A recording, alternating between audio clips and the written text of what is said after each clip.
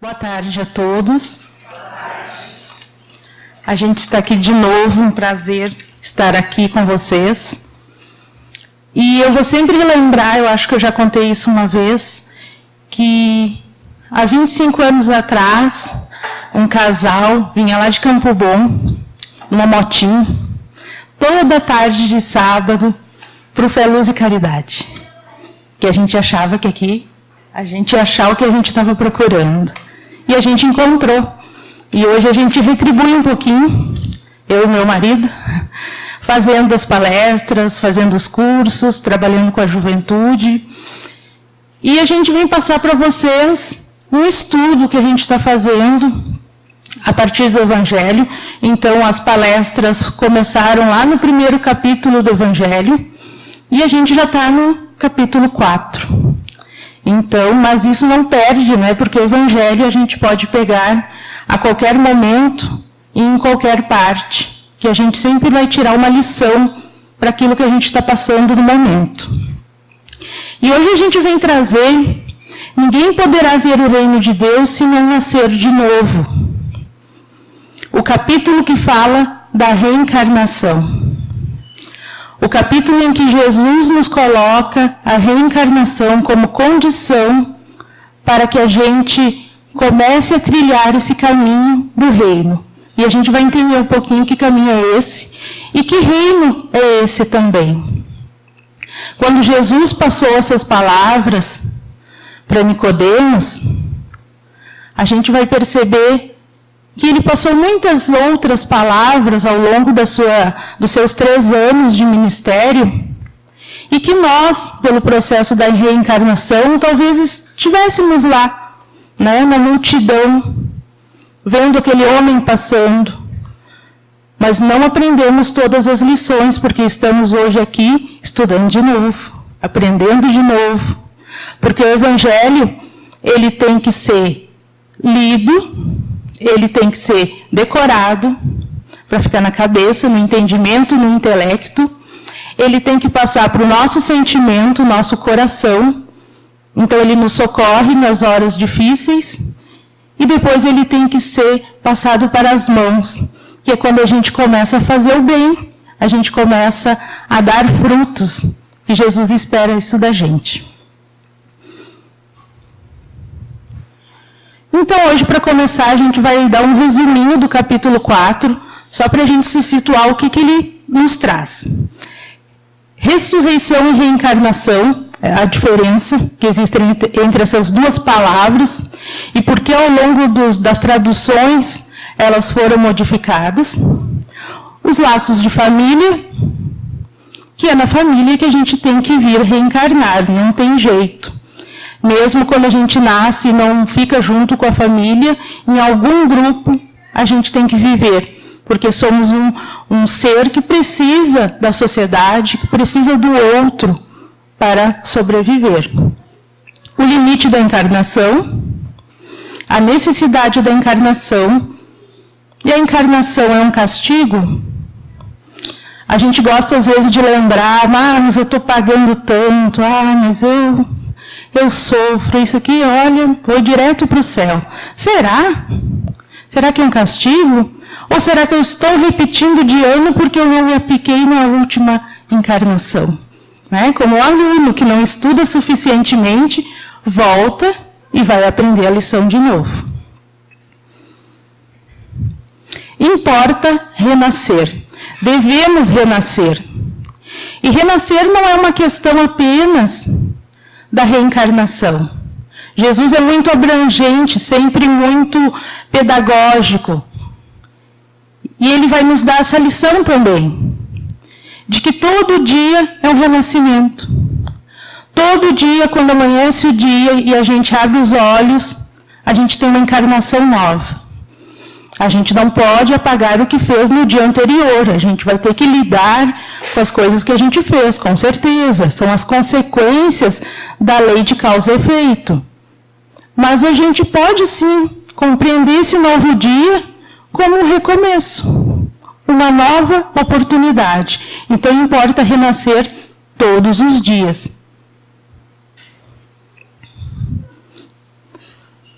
E como entender esse renascimento? Como renascer em que sentido? Isso aí tudo a gente vai ver mais adiante.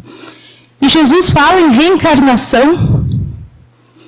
A gente também vai trazer algumas traduções que vão definir, vão tirar um pouquinho algumas ideias antigas que a gente tinha de traduções antigas. No texto que a gente tem no Evangelho, nesse capítulo, ele diz assim: que dizem os homens sobre o Filho do Homem? Quem dizem que eu sou? Jesus pergunta para os apóstolos: quem eles dizem que eu sou? Aí eles dizem João Batista, Elias, Jeremias.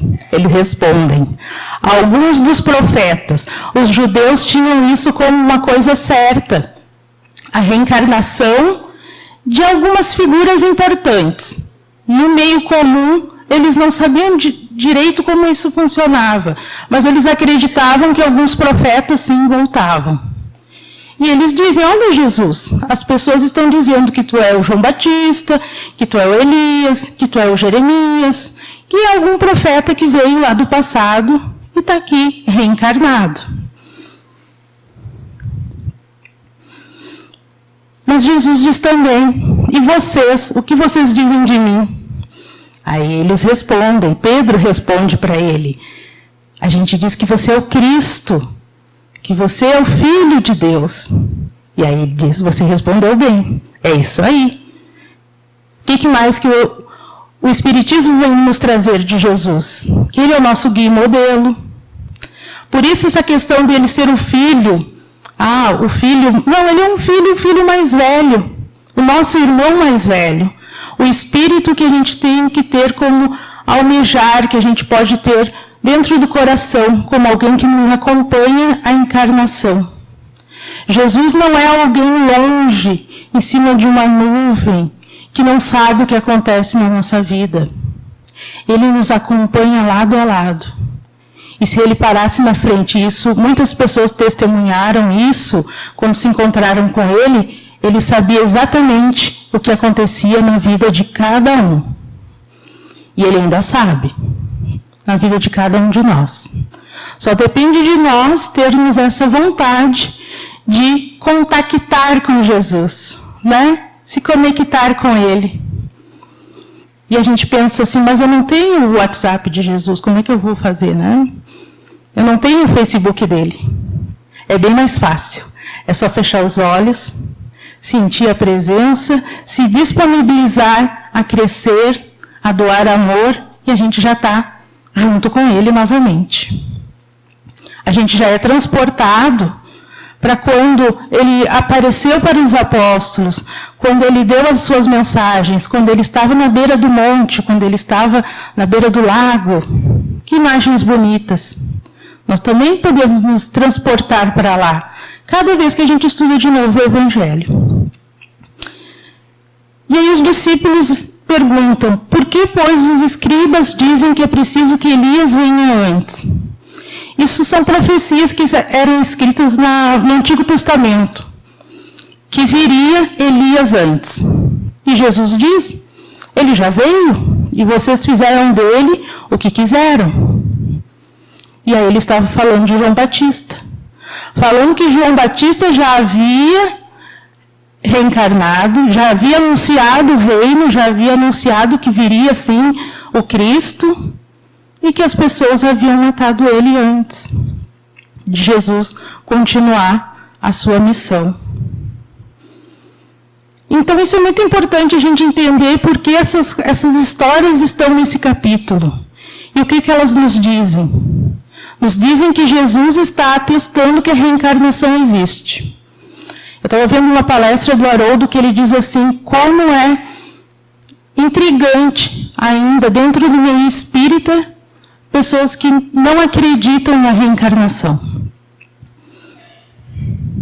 É o princípio, é um dos nossos mais básicos princípios. Porque a reencarnação é um fato. A gente vai voltar, a gente vai de novo, a gente vai voltar, a gente vai estreitar laços, a gente vai conquistar novos corações, mas isso vai acontecer com todos nós. E a gente tem que, não ter só no intelecto essa convicção. Ah, sim, eu sei, reencarnação eu acredito. Mas a gente tem que sentir no coração, para começar a fazer sentido o que a gente aprende. E aí a confusão entre as palavras, ressurreição, reencarnação, aí a gente faz uns estudos aprofundados, às vezes, de traduções, de concílios que aconteceram, tiraram a palavra, botaram a palavra, alguém em algum momento traduziu de alguma forma, outro de outra. Isso não vai importar tanto. Se a gente se ater ao sentido do que Jesus diz, a gente tira as nossas próprias conclusões. A ressurreição é o retorno à vida do corpo que já morreu. É ressurgir, é voltar. A reencarnação é o retorno do espírito à vida corporal em um novo corpo. Através desse mecanismo que a espiritualidade nos coloca em vários livros, que a gente consegue intelectualmente saber como acontece, mas a gente ainda tem dúvidas se de fato vai acontecer. A reencarnação fazia parte dos dogmas judaicos sob o nome de ressurreição, mas eles não sabiam, eles não tinham essa ideia clara do que ia acontecer. Jesus tem que mandar o Consolador, que é o Espiritismo, para a humanidade, para que a gente comece a pensar nesse fato, além de outros também. Porque a gente precisa entender que a gente está nesse processo evolutivo de várias vidas e que a gente é herdeiro de nós mesmos. A quantidade de problemática que eu tenho hoje, a quantidade de coisas que eu acho que eu estou sofrendo injustiças, são as minhas colheitas. Eu ando nas minhas colheitas. Eu plantei isso no meu passado. Então, o que vai me garantir uma colheita melhor nas minhas próximas encarnações é o que eu planto agora. É o que eu faço de bem. Então a gente tem que pensar nisso e a reencarnação nos dá essa possibilidade. A reencarnação se baseia nos princípios da misericórdia e da justiça de Deus. Jesus falou várias vezes sobre reencarnação. E a gente vai pedir, a paciência de vocês. A gente trabalhou muito com jovens e a gente trabalha na evangelização. A gente gosta de contar história. Então, Nicodemos, um senhor, muito respeitável na época de Jesus, estudioso, quase um juiz supremo, ele vai se encontrar com Jesus lá no finalzinho da noite, porque ele não quer ser visto com que ele não entendia direito quem era essa pessoa, mas ele diz para Jesus: eu sei que tu vem de Deus, porque as coisas que tu faz, ninguém faz, se não for realmente um enviado de Deus. Então ele chega a essa conclusão. E ele pergunta: o que eu preciso fazer para entrar no reino de Deus? O que é necessário? Não consigo entender esse reino que o Senhor está anunciando aí para as pessoas. E Jesus é muito didático. Haroldo Dutra Dias, que faz uma tradução diferente, porque a gente tem que começar a pegar os nossos, as traduções espíritas, para a gente não se confundir. As traduções antigas diziam assim: em verdade vos digo. E Haroldo diz assim: em grego, o original de João não diz em verdade. Ele diz amém, amém. E que significa sim, sim. Olha só que interessante. Já muda todo o sentido. E mais uma palavra que vai mudar o sentido. Ninguém pode ver o reino de Deus se não nascer de novo. Ou se não for gerado de novo. E aí é maravilhosa a explicação que ele dá sobre a questão das palavras, né? A gente não vai trazer, vocês vão procurar isso aí e vão ver que realmente existe muita diferença entre nascer de novo e ser gerado de novo. Então, João escreveu que Jesus disse, você tem que ser gerado de novo. E aí a gente começa a entender o que Jesus está dizendo. E por que Nicodemos ficou tão perturbado com a resposta? Como é que eu posso, sendo velho, voltar para o ventre da minha mãe e nascer de novo? E ser gerado de novo? Aí Jesus já vai dar outra resposta. Se tu não entende as coisas da terra, então não te preocupa com as coisas espirituais que ainda não é hora. E no livro Boa Nova, que traz toda digamos assim, os bastidores dessa conversa, o livro Boa Nova é sempre um livro muito bom para a gente ter esse gostinho de bastidor do que acontecia por trás. Entre Tiago e Jesus tem uma conversa muito interessante, que Jesus diz a mesma coisa para Tiago. Como é que vocês querem entender? Amanhã vamos passar para todo mundo, que todo mundo reencarna. Aí Jesus disse, não, eu estou falando essa mensagem aqui para Nicodemos e para vocês.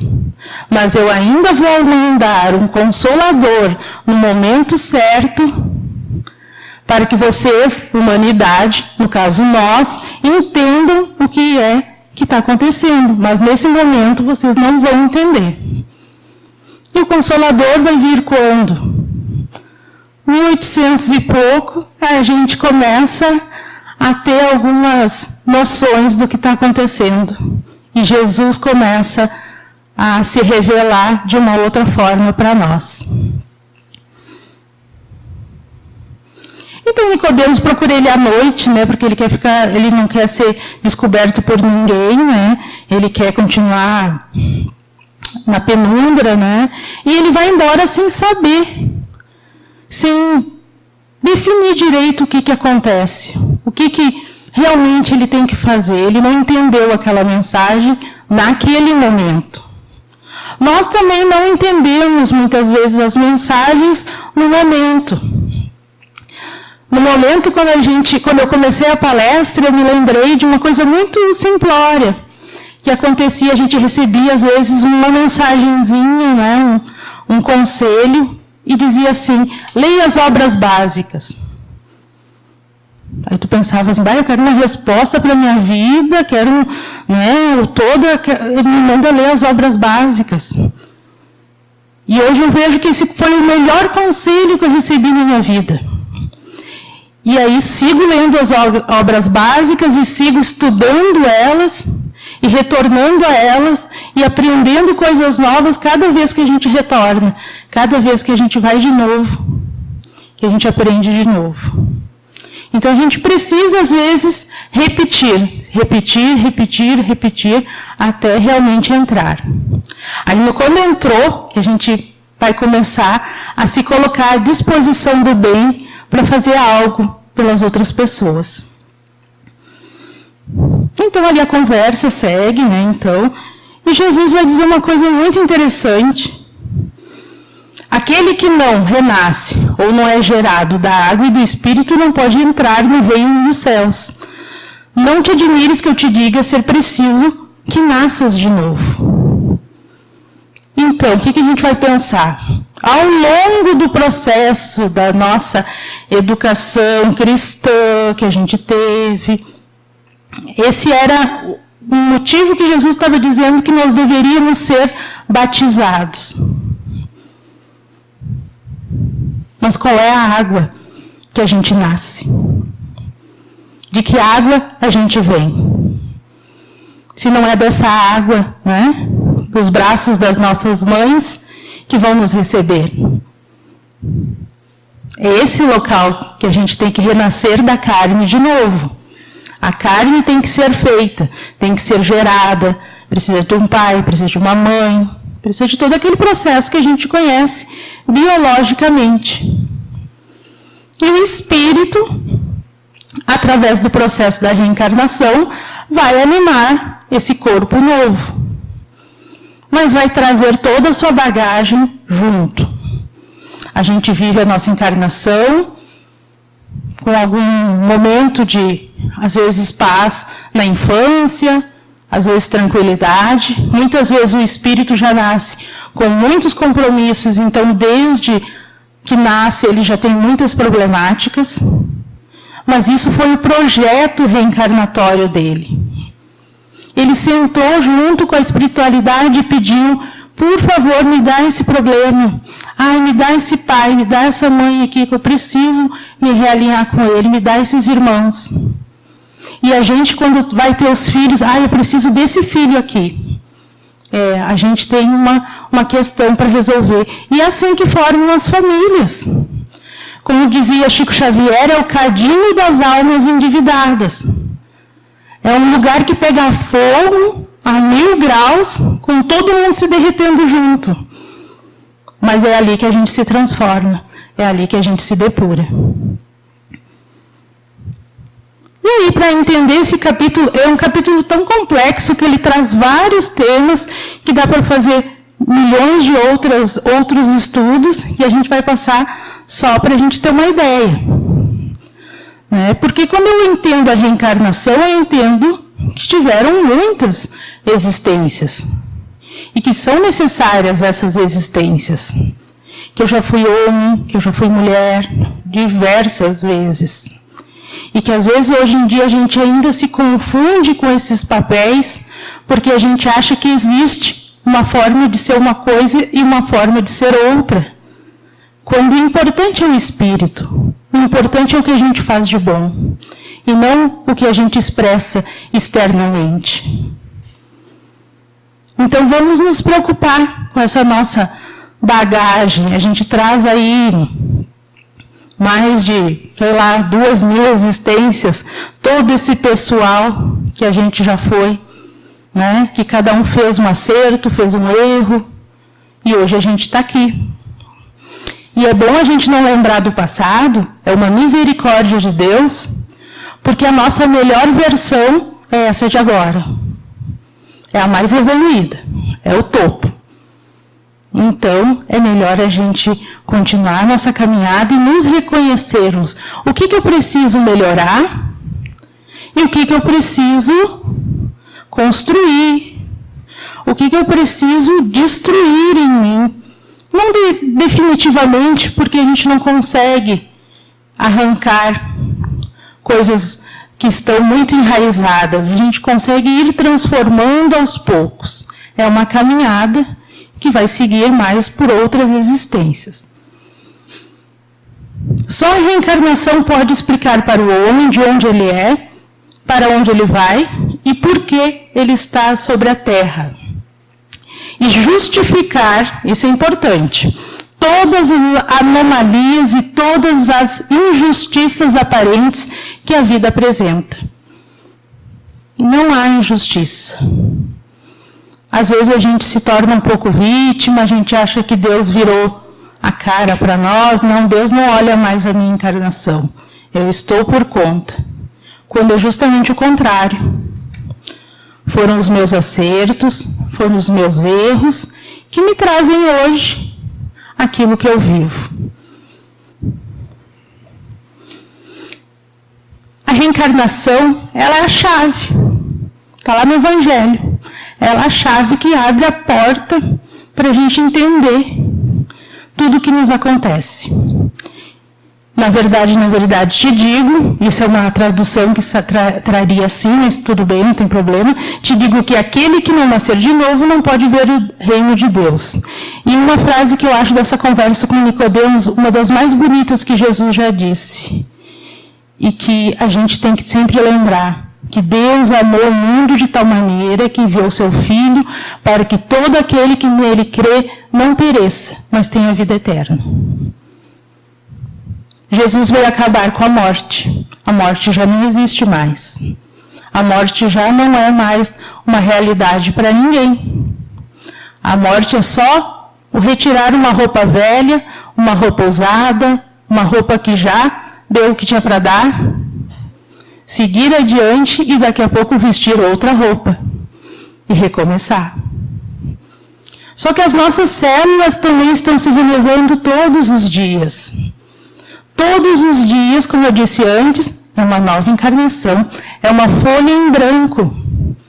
Que eu digo, hoje eu vou ser diferente. Ah, mas eu sou briguenta todo dia, eu não respondo, eu falo...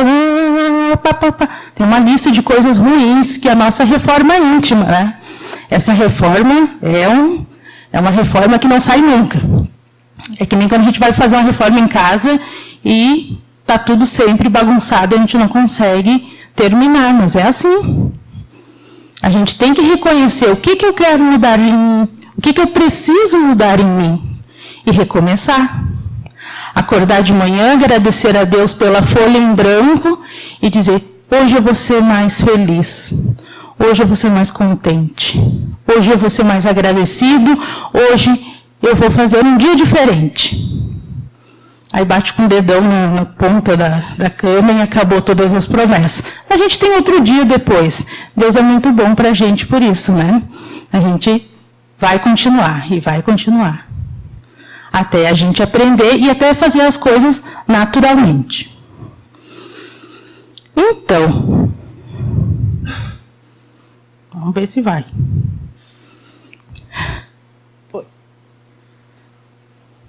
Os nossos laços de família. Essa nossa oportunidade de reencontrar as pessoas que precisamos. As pessoas que a gente tem que reencontrar. Todas. É namorado, mesmo que for por algum tempo, é o marido que foi outro tempo, é o outro marido, é a outra esposa, não importa. O tempo não é importante. Agora, a gente tem alguns laços mais duradouros e constantes, que são os pais e os filhos. Os pais, a gente tem a obrigação, isso já não é nem um fato, a gente tem a obrigação de dar auxílio a eles quando eles passam pela velhice. E os filhos, a gente tem que encaminhar eles no caminho do bem. Essa é a nossa obrigação. E a gente tem que passar por isso. Que feliz que a gente é quando a gente chega numa idade da vida em que a gente diz, eu fiz pelo meu filho o máximo que eu pude, agora é com ele. Ele também tem o livre-arbítrio dele, ele também tem a condição dele como espírito imortal. Ele vai fazer as escolhas dele, mas ele recebeu a orientação. E que felicidade também quando a gente pode dizer, eu auxiliei os meus pais no momento da passagem deles. Eu estive junto, eu fui o que eles foram para mim quando eu nasci. Então isso é muito importante a gente pensar, para que a nossa encarnação faça sentido. Porque a gente às vezes pergunta, mas qual é a minha missão? Queria uma missão bonita. Queria uma coisa assim, bem linda e maravilhosa. O que será que eu vou fazer nessa vida? A nossa maior missão é a nossa família. É ali.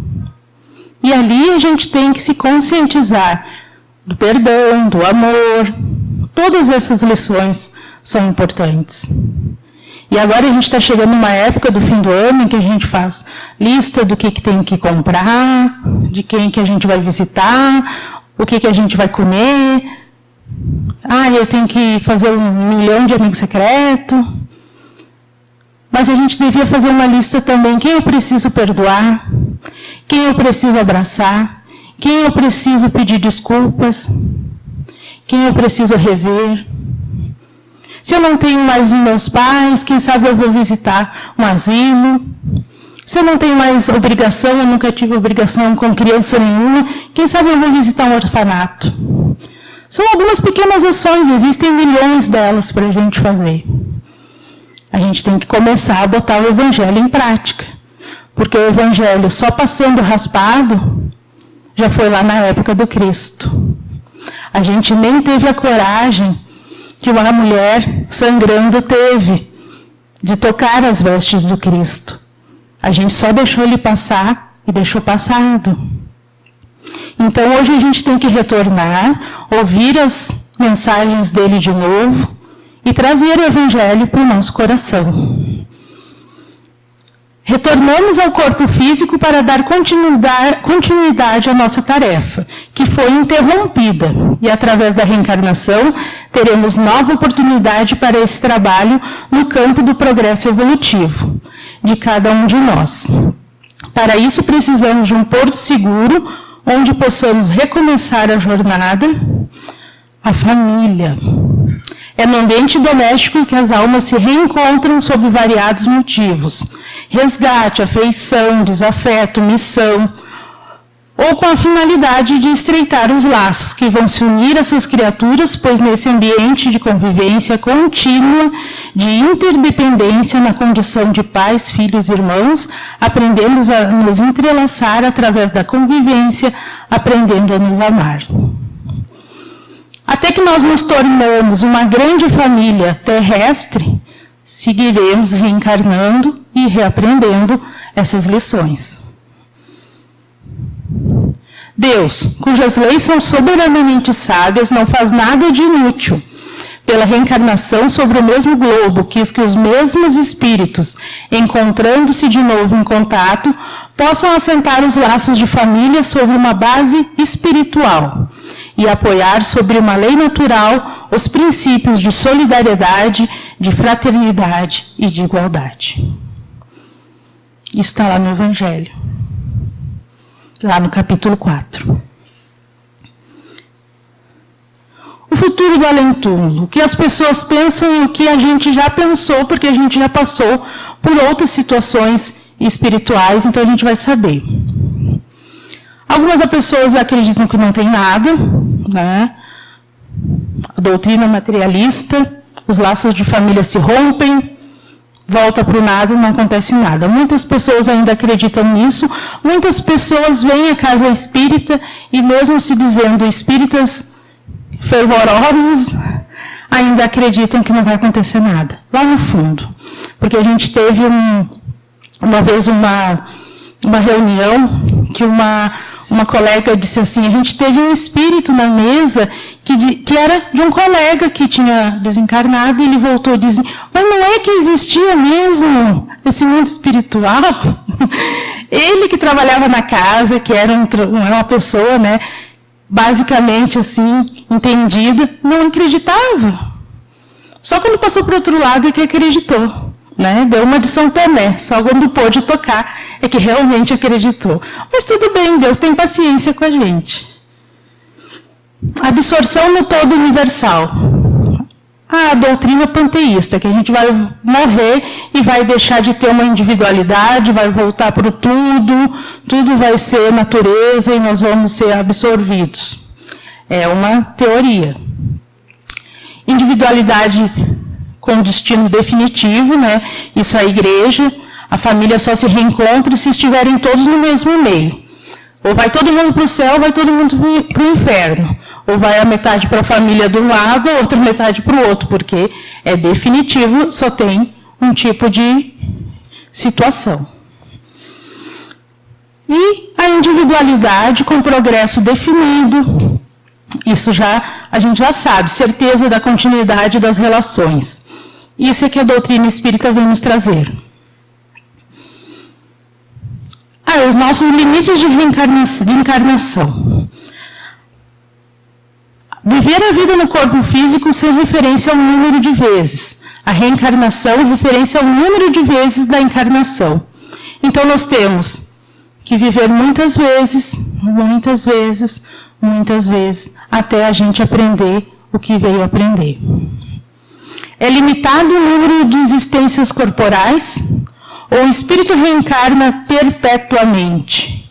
E aí os espíritos respondem, a cada nova existência, o espírito dá um passo para diante na senda do progresso, desde que se ache limpo de todas que não têm mais necessidade das provas da vida corpórea.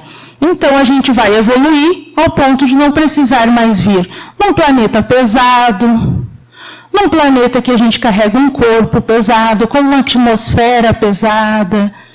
Isso já existem muitas pessoas que a gente sabe que ascenderam a outros lugares, nessa pluralidade de mundos, e aí elas vão reencarnar em lugares mais leves, conforme a sua condição espiritual. Então a gente está caminhando para isso também.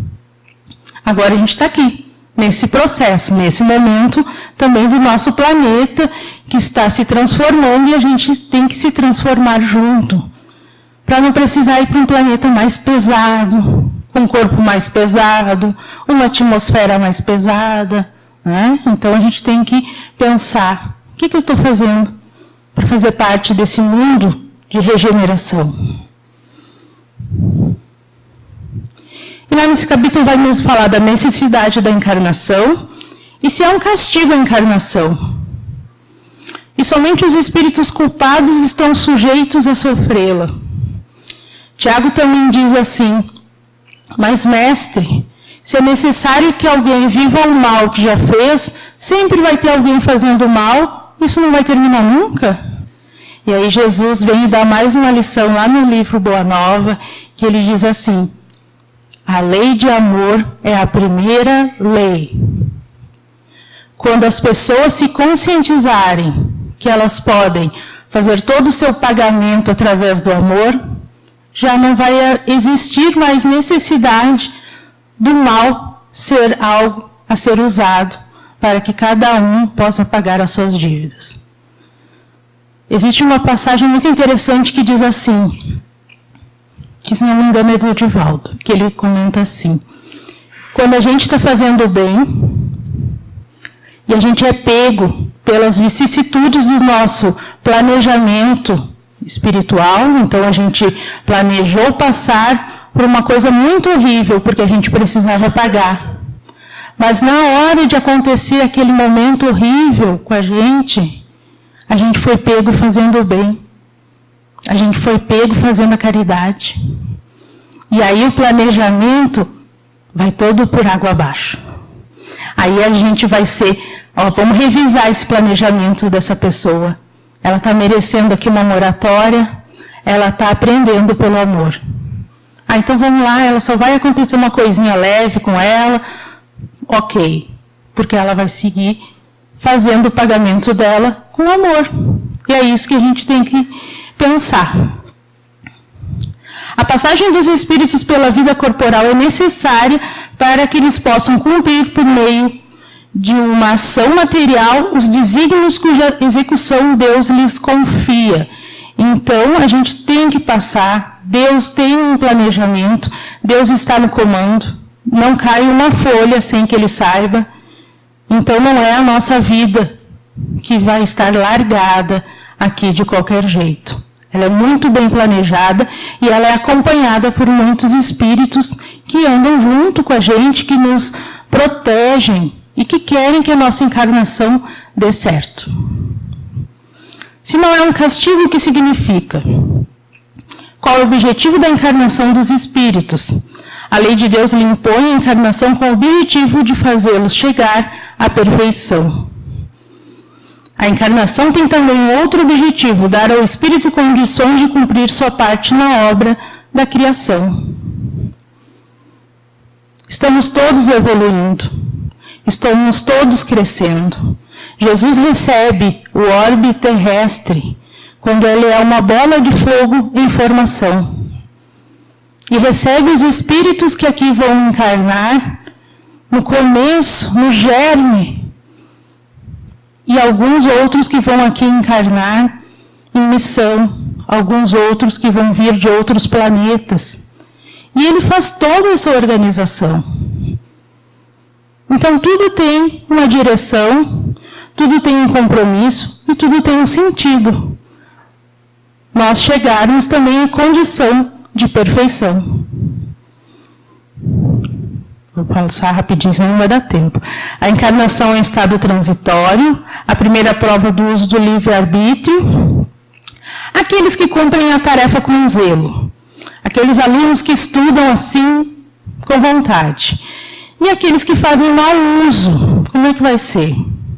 Os que fazem as coisas certas vão passar mais rapidamente. Por isso que algumas pessoas já estão lá na frente, elas correm. enquanto outras se arrastam.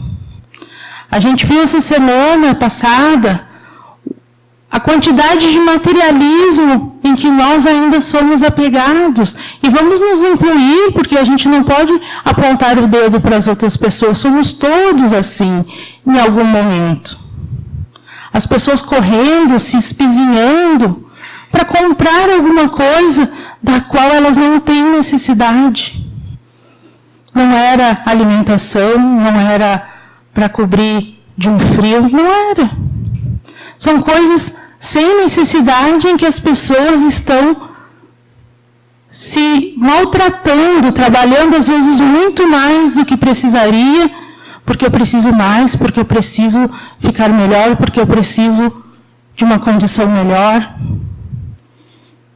E se a gente empregasse um pouco dessa nossa energia que a gente gasta todo dia em uma coisa espiritual, em estudo, se a gente participasse de alguma ONG, se a gente ajudasse algumas pessoas.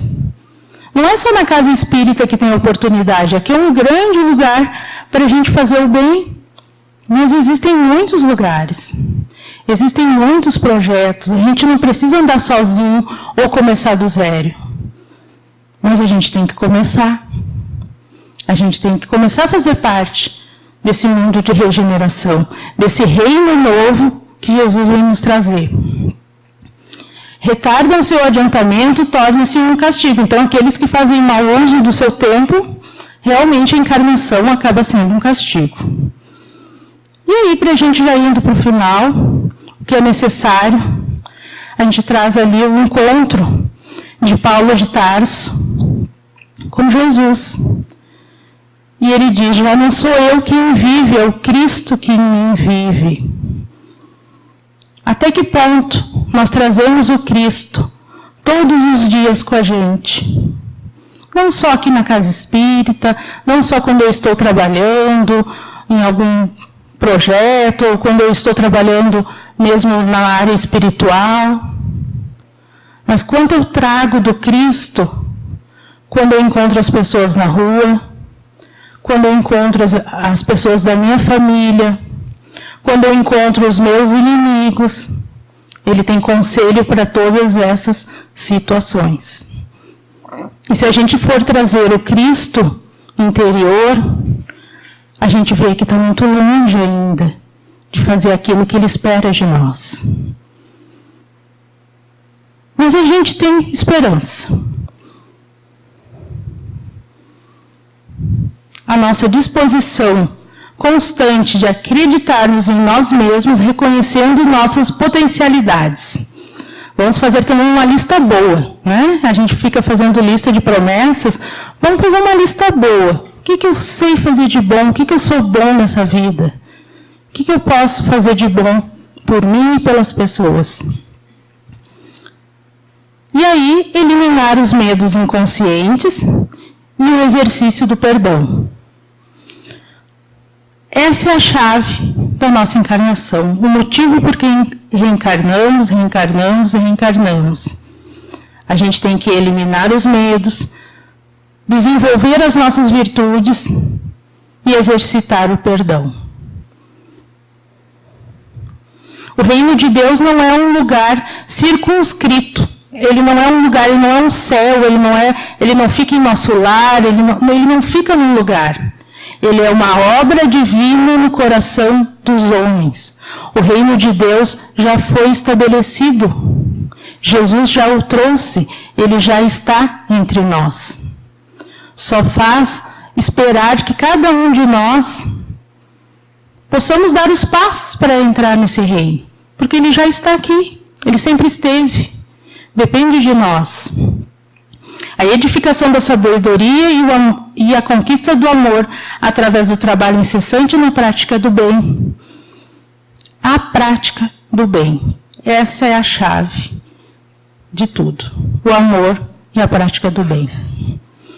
Se nós, assim como dedicamos tempo a todas as coisas corriqueiras da nossa encarnação, que a gente já faz até de olho fechado, porque a gente já sabe.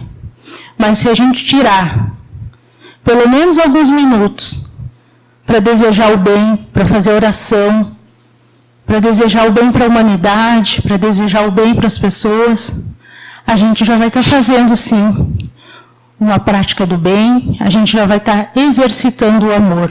E é essa a nossa missão aqui, evoluir espiritualmente. Materialmente, a gente já sabe, a gente já está tarimbado. E Deus, na sua misericórdia divina, de muito nos amar, para que a gente não volte, né? A gente não faça como Nicodemos, como é que eu vou entrar velho dentro da minha mãe? Não, Deus é muito sábio.